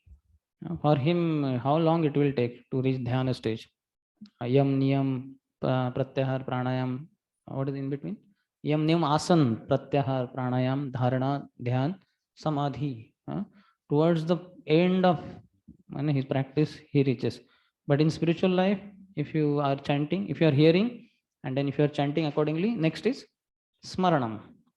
Automatically, it should turn into remembrance, isn't it? So we should hear everything that we hear, we should hear attentively. And then we should tell it to others. Then it will get registered. It will come to us again and again and again. Like that. I have seen after giving class also, when I go back alone, the whatever is spoken keeps ringing like that, and it may be the case in hearing. In hearing also we can hear and realize the same thing. So we should do everything with absorption. His Holiness Mahavishnu Maharaj was telling once, he said, your Krishna consciousness is tested by how long you can sit in a room alone with Bhagavad Gita or Srimad Bhagavatam. You're alone in the room with Bhagavad Gita or Srimad Bhagavatam. How long you can go on? How many of you can go on for 1 hour alone in the room? 2 hours minimum. 3, 4, 5. Jai Revtipati Prabhu ki jai. Huh? 1 week? Oh, like that. Okay, then 6, 7, 8, 9, 10, 11, 12, 13, 14. Maximum, maybe 17 is possible. 1 hour for prasad and little bit, and then 6 hours for rest. So try to make 17 hours of reading or hearing in a day as your practice, or perfection maybe, like that. Huh? Yeah, that's what. But that is only 64 rounds, na? Then that happens in 7-8 hours. Then you're out. मैं तो fallen solo. Fallen. Once I was in Radha Gopinath temple, Gaur Purnima day. So 5 o'clock Mangalarti. So I reached whatever 4:50, 4:55, like that. So Mangalarti, Maharaj gave class. His Holiness Radha Maharaj. So that went long. I'm not remembering how much. 12:31. Then they said, so Maharaj only said, so now we have so many senior devotees. They would be giving lecture. Today is Gaur Purnima. So we'll hear from them also. So we have many nice devotees, Govind Prabhu, Dwarkadish Prabhu, Radha Gopinath Prabhu, and all that. So that class was immediately after Maharaj. Some kirtan in between, because we were sitting for long. Then we all stood up and then dancing kirtan. Then next speaker, whosoever he was, he came, he gave class 1-2 hours. Then again dancing kirtan, again get up. Then next speaker came, whatever, Shamanand. Then that went on 1-2 hours. Then again dancing kirtan in between. Then next Dwarkadish Prabhu. Then next, and then evening time came for, it went on like this. And then Gaur Purnima. So Abhishek was there, I think 6 o'clock or something. Yeah, that went on till 7. Then they announced that the prasadam is being served or something like that. So Charanamrit we went for, and then again we came back, and again Maharaj was giving class, and then Mahagaur Arati. So I had entered at whatever 4:55 whatever, and then I came out night 10 o'clock or so. In between 3 times I had to go for bio break, like that. That was hardly 6 minutes of hall. So I was thinking, wow, today was the day of perfection. Morning 5 till night 10 or so. It was amazing. And then after 10 we went for prasadam dinner, like that. So I thought this is very nice. And then it happened after some years or maybe next year again. So I thought this is great. Like this should be the day, every day. So we should aspire for such things. It is very helpful to absorb ourselves. So the 7th stage of perfection is dhyan, and this dhyan is 3rd stage in devotional service.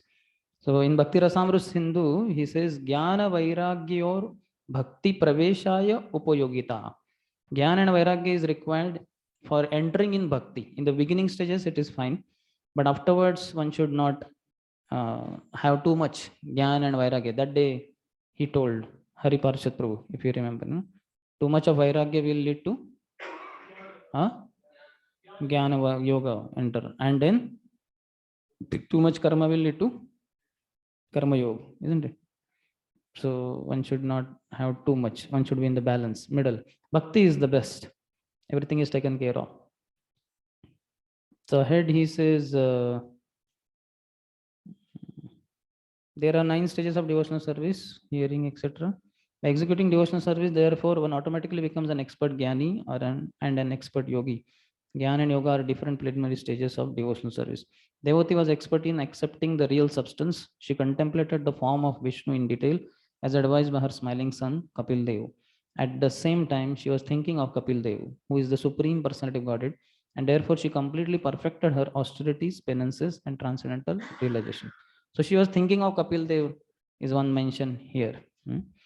In purport, in Vishwanath Thakur's commentary, he says she used jnanena brahma hetuna, and meditation, dhyana gocharam sutaha, that came in 23rd verse.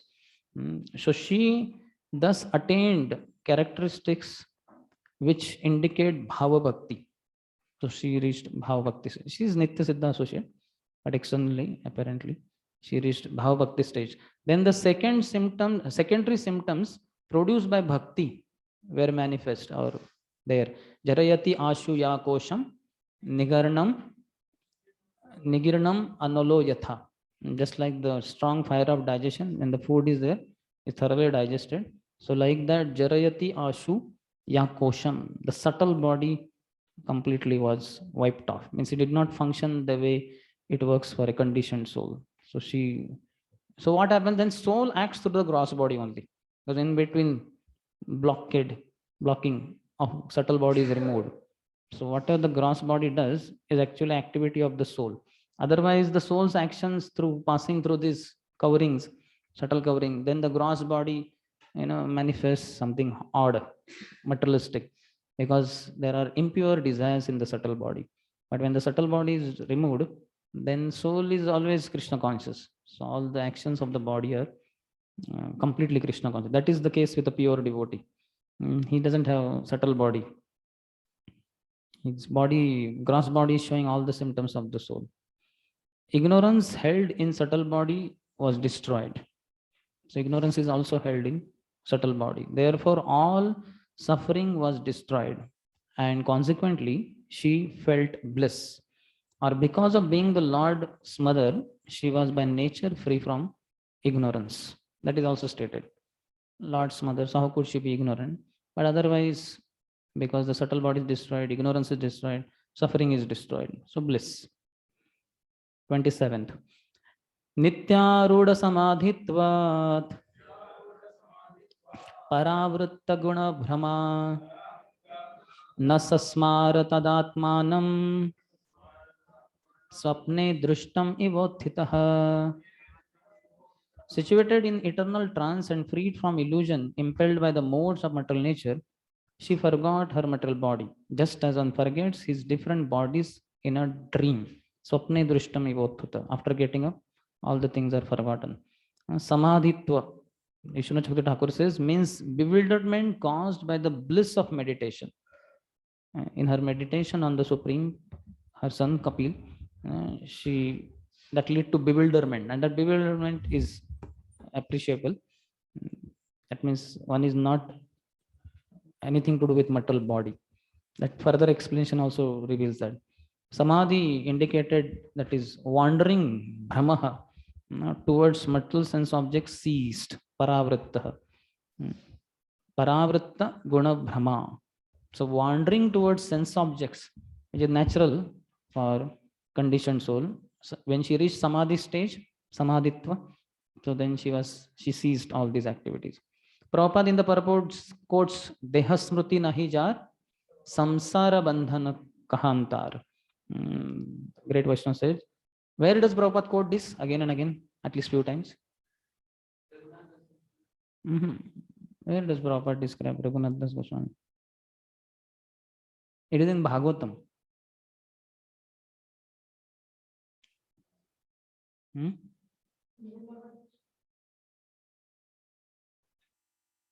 Shabari? Rishabdev, Rishabdev section. Rishabdev Bharat Marude. So he was oblivious. He who has no remembrance of his body is not bound to material existence. As long as we are conscious of our bodily existence, it is to be understood that we are living conditionally under the three modes of material nature. So this bodily absorption is deep in a conditioned soul. So we are sadhakas, we are in between. Pure devotee has no bodily absorption, and conditioned soul, his whole absorption is in body. We are in between. So we should see that we are far above the conditioned soul, though we may not be very close to pure devotee also. But otherwise, bodily things, so much absorption, so much we think, how people look at me and how are my clothes. In the outside world, it's okay when we are going for preaching program, new people are there. We should not go with all, shikha is flowing in all 10 directions, and buttons are open, and one kurta sleeve is up and other is down, and a dhoti, backside something is visible, one side is up, one side down. So all that kind of crazy things should not be there. We should appropriately dress. But in the midst of devotees, we need not worry. That also doesn't mean that you become avdut, not that. But basically, we need not be too conscious, how my other brahmachari friends look at me. After all, I am senior, I am department head, I am counselor, I am this, I am that. Come on, we are inside ashram, especially I'm talking like that. So we need not worry. Once His Holiness Radhana Swami Maharaj in his room, and somehow Govindpur went for something, and suddenly Maharaj hid something. So, but Maharaj understood that he watched what I was into, So then he told Govind Prabhu, what was the case? Basically, he was wearing banyan, saffron banyan, which had a big hole here. So it was a big hole. You must have seen banyans with many holes. So it was having a big hole there. And Maharaj was reading or something. And then when Govind Prabhu came, he suddenly covered it with the shawl. But because Govind Prabhu happened to see, then Maharaj told Govind Prabhu, that is just for ventilation. Bombay understood his heart, but like that. So we need not worry too much like that. Or after the whatever Sunday feast lecture we may give, and then afterwards we could be cleaning toilet bathroom in the ashram. We need not worry too much. Mera level and all the what level. I'm a bhangi. Yeah, that should be understanding like that. So if your body living conditionally under the three modes of material nature, when one forgets his bodily existence, his conditional material life is over. This forgetfulness is actually possible when we engage our senses in the transcendental loving service of the Lord. In the conditional state, one engages his senses as a member of a family or as a member of a society or country. But when one forgets all such membership in material circumstances and realizes that he is an eternal servant of the Supreme Lord, that is actual forgetfulness of material existence. This forgetfulness actually occurs when one renders service unto the Lord. A devotee no longer works with the body for sense gratification, with family, society, country, humanity, and so on. He simply works for the Supreme Personality of Godhead, Krishna. That is perfect Krishna consciousness. A devotee always merges in transcendental happiness, and therefore he has no experience of material distresses. So how many of us experience material distress? So this is the solution or clue. A devotee always merges in transcendental happiness, and therefore he has no experience of material distresses. Certainly this is for pure devotee, but we also wish to be pure devotees. This transcendental happiness is called eternal bliss. According to the opinion of devotees, constant remembrance of the Supreme Lord is called samadhi or trance. If one is constantly in trance, there is no possibility of his being attacked or even touched by the modes of material nature. As soon as one is freed from the contamination of the three modes, material modes, he no longer has to take birth to transmigrate from one form to another in this material world. So many distresses. How many of you experience that you were absorbed in some particular activity of your liking, whatever it was, maybe some nice mango juice you were drinking or something, and some mosquito was biting or something there like that. Or water maybe touching, dhoti became little wet because of outside water, but you were oblivious to it. How many of you have such experience? At least once or twice. That's all. Only 2-3 devotees. So you can see we have that thing with us. If you the thing you like and you are doing it, and then the distress which otherwise is felt, you don't feel because you are so absorbed. So that is possible in spiritual life also.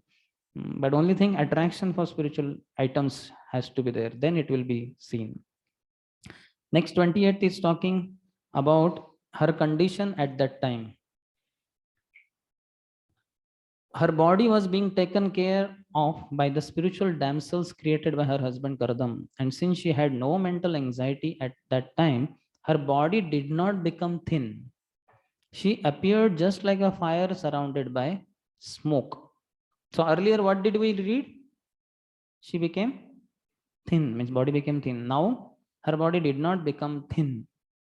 So that means whatever it is, that it might have reduced to some extent, but not to the extent that she was having problem, because it was maintained earlier. Ahead it comes, it was maintained by her, by the Lord. So she had no mental anxiety at that time because she was completely absorbed in the Lord. For her, that babho maleravat avachan maler avachanna sadhuma eva pavakaha. So Vishwanath Chakti Thakur says, though covered by dirt, her body shone like a fire covered by smoke. Jiva Goswami says, not only that, her body did not become thin because she had no worries. Adhi asambhavat. So she had no adhi and vyadhi, mental anxiety, adhi, and vyadhi, physical illnesses. So that adhi asambhavat. Asambhavat is not from not occurring. So mental anxiety was not there. So this was because of her bliss through absorption in Bhagwan. She thus shone like a fire covered by smoke. So that is the example. What was her state of appearance? She did not become thin, for she was in the purport, for she was taken care of by the celestial maid servants created by her husband. According to the Ayurvedic medical science, that if one is free from anxieties, he generally becomes fat. Devotee, being situated in Krishna consciousness, had no mental anxieties, and therefore her body did not become thin. Vishwanath Chakravarti Thakur also says, the doctors say that happiness makes the body stout. So be happy. Jaisa man, vaisa tan. So let us be happy. Chant Hare Krishna and be happy. Next, 29. Because she was always absorbed in the thought of the Supreme Personality of Godhead, she was not aware that her hair was sometimes loosened or her garments were disarrayed. Read the purport. In this verse, the word Daiva Guptam, protected by the Supreme Personality of Godhead, is very significant. Once one surrenders unto the service of the Supreme Lord, the Lord takes charge of the maintenance of the devotee's body, and there is no need of anxiety for its protection. It is said in the second chapter, second canto of Srimad Bhagavatam, that a fully surrendered soul has no anxiety about the maintenance of his body. The Supreme Lord takes care of the maintenance of innumerable species of bodies. Therefore, one who fully engages in his service will not go unprotected by the Supreme Lord. Devahuti was naturally unmindful of the protection of her body, which was being taken care of by the Supreme Person. That second canto, second chapter is Chirani Kim Pathina Santi. So when there are so many clothes lying on the road, why to worry? Similarly, when the hands could be put together into cup form, why to have a glass maybe? And so many other things are mentioned. When hand is there, why is the need of pillow? Similarly, the Supreme Lord, maintainer of everyone, why will he not take care of surrendered souls? Why should the wise people go to those who are blinded by their wealth? Dhana Durmada, Kasmad Bhajanti Kavayo, Dhana Durmadandhan. No need to go and beg from them, give us money for our maintenance. Like that. For Lord's sake we can, but not for our sake. Like that. Our His Holiness Navaganta Swami Maharaj would say, मर जाऊं मिट जाऊं न मांगू तन के काज, परमार्थ के कारणे मोवे न आवे लाज. मैं मर जाऊंगा, अपने लिए कुछ मांगूंगा नहीं, लेकिन भगवान के लिए मुझे लज्जा नहीं आती. I am ready. My dear Vidura, by following the principles instructed by Kapila, Devahuti soon became liberated from material bondage, and she achieved the Supreme Personality of Godhead as super soul without difficulty. Prabhupada in purport says, when one is able to enter into the spiritual kingdom or into spiritual realization, one is automatically freed from material pangs. This is called Brahma Nirvana. According to Vedic scripture, Nirvana means cessation of the materialistic way of life.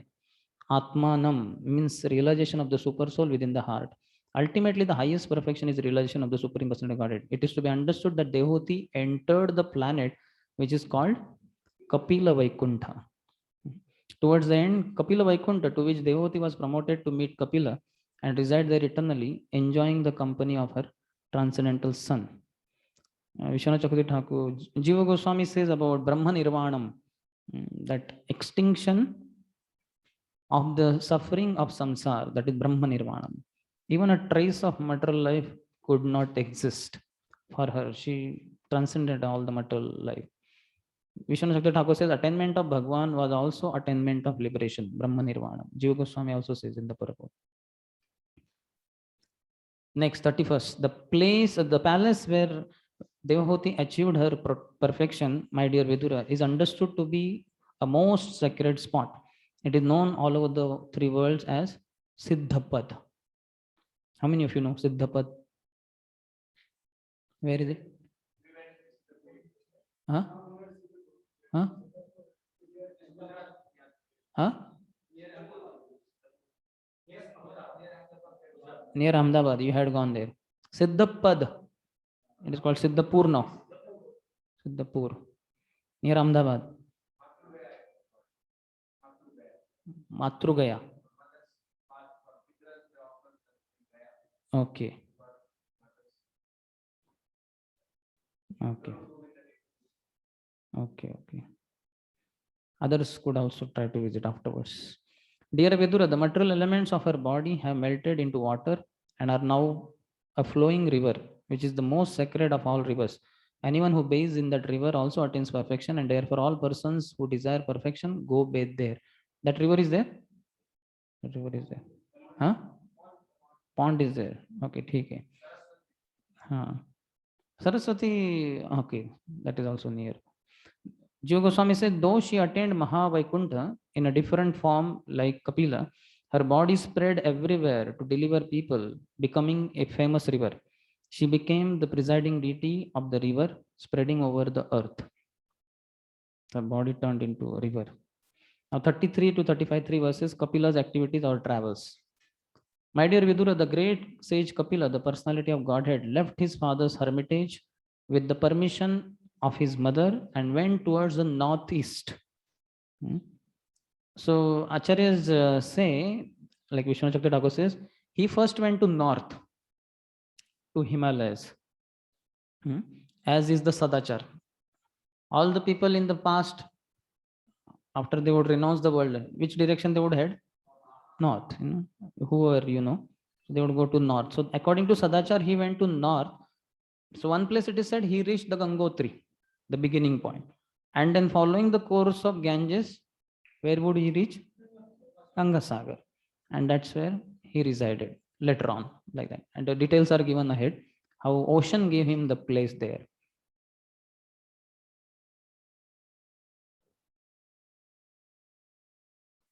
While he was passing in the northern direction, all the celestial denizens known as Charanas and Gandharvas, as well as the Munis and the damsels of the heavenly planets, prayed and offered him all respects.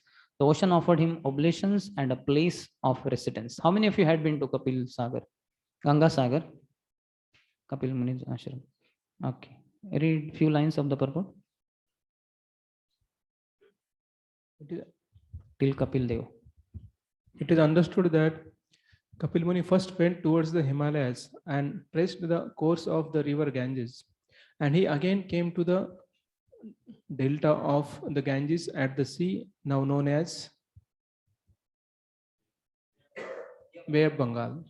The ocean gave him residence at a place still known as Gangasagar, where the river Ganges meets the sea.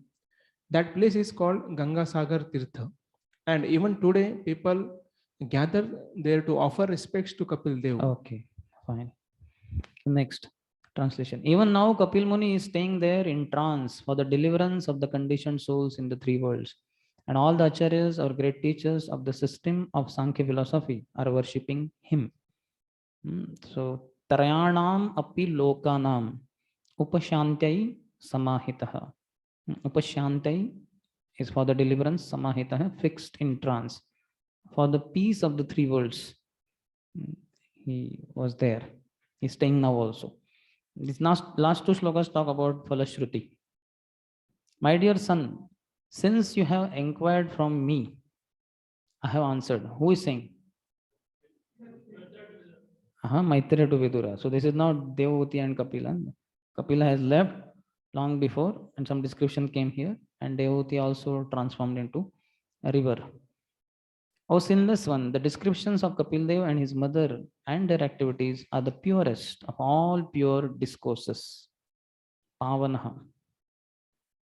So he is free from sin, Vidura, and for him, this purest of the pure discourse is told. The last is the results of understanding teachings of Lord Kapila. Please repeat. Ya idam anushranoti yo abhidatte Kapila muner matamatma yoga guhyam Bhagavati kritadihi suparnaketa Upalabhati bhagavat padarvindam. The description of the dealings of Kapil Dev and his mother is very confidential, and anyone who hears or reads this narration becomes a devotee of the Supreme Personality of Godhead, who is carried by Garuda, and he thereafter enters into the abode of the Supreme Lord to engage in the transcendental loving service of the Lord. So Jiva Goswami says that this confirms the destination of devotee. He who teaches or hears, so this word abhidhatte, ya idam anushranoti, one who hears this, or abhidhatte, that is expounds. Abhidhatte Prabhupada translates as expounds, or Jiva Goswami, Vishwanath Thakur, they say teaches. So I'm very fortunate to get to teach. But anyway, bigger section was taught by Ramnitai Prabhu. So this is a great fortune of teaching. So he says that this confirms the destination of devotee. He who teaches or hears attains the Lord. What to speak of putting the teachings into practice? Even one who hears or teaches, he attains the Lord. What to speak of putting the teachings into practice? What to speak of practicing like devotee? That is much higher, the way she practice. Vishwanath Chakravarti Thakur talks about Upalabhati, that the word Upa indicates additionally that she attained a position as the Lord's associate, filled with praying for serving his lotus feet, Bhagavat Padarvindam. Vishwanath Chakravarti Thakur says that he emphasizes the destination of persons similar to Devahoti. The narration of Kapil Dev and his mother Devoti is so perfect and transcendental that even if one only hears or reads this description, he achieves the highest perfectional goal of life, for he engages in the loving service of the lotus feet of the Supreme Personal Godhead. There is no doubt that devotee who had the Supreme Lord as her son and who followed the instructions of Kapil Dev so nicely attained the highest perfection of human life. Yeah. So that is it. Any question? Yes.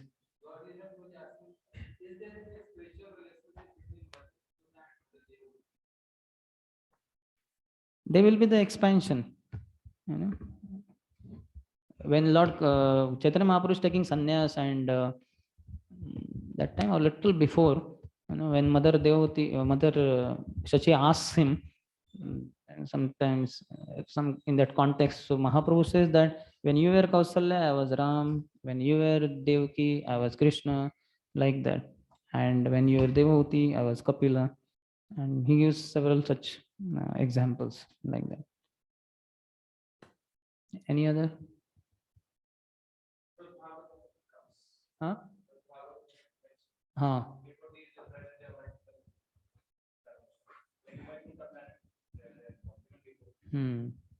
Yes. Any other? No more, no? Online? Okay.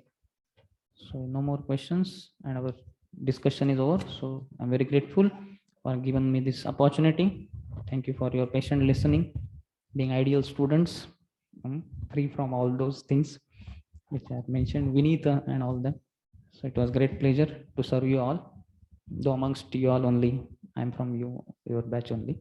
So thank you all very much. Grantara Srimad Bhagavatam ki jai, Srila Prabhupada ki jai, Samaveta Gaura Bhakta ki jai, Gaur Premanandi. Hari Bol. Hare Krishna. Let us thank His Grace Sundar Shyam very nicely with all his personal realizations. He Acharya's has comment. explained, and very touching to the heart. Very nice to hear. Let us thank him by chanting Hare Krishna Mahamantra. Hare Krishna, Hare Krishna, Krishna Krishna, Hare Hare, Hare Ram, Ram Ram, Hare Hare, Hare Krishna.